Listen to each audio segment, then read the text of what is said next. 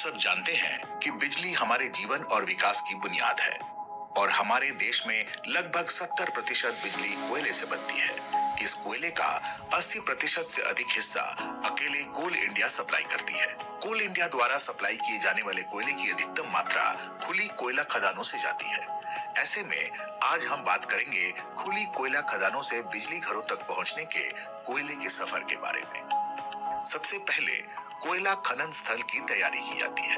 Dozer जैसी भारी मशीनें जमीन को समतल करती हैं और खुदाई के लिए जमीन तैयार करती हैं। अब शुरू होती है ड्रिलिंग। इसके लिए ड्रिल मशीनें गहराई तक छेद करती हैं और उनमें विस्फोटक डाले जाते हैं ताकि अगला चरण शुरू हो सके।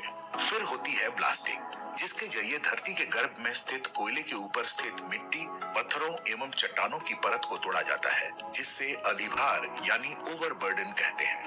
अब बारी होती है ओवरबर्डन हटाने की, जो ड्रैग लाइन जैसी विशालकाय मशीनों की मदद से की जाती है। और फिर सामने आता है असली धन, कोयला। अब कोयले को शवेल जैसी भारी मशीनों की मदद से निकालकर डंपर में डाला जाता है। फिर ये डंपर खदान से कोयला लेकर रिसीविंग पिट यानी क्रशर तक पहुंचाते हैं। क्रशर में बिजली घरों में इस्तेमाल के लिए उपयुक्त साइज के हिसाब से कोयले को छोटे छोटे टुकड़ों में तोड़ा जाता है।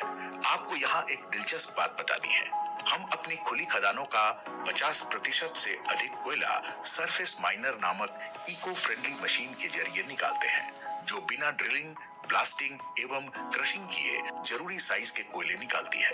अब जिम्मेदारी संभालता है कोल हैंडलिंग प्लांट, जिसके कन्वेयर सिस्टम से होते हुए कोयला साइलो में पहुंचता है और साइलो के रैपिड लोडिंग सिस्टम से रेल रेक्स में लोड होता है और फिर निकल जाता है बिजली घर की अपनी यात्रा पर।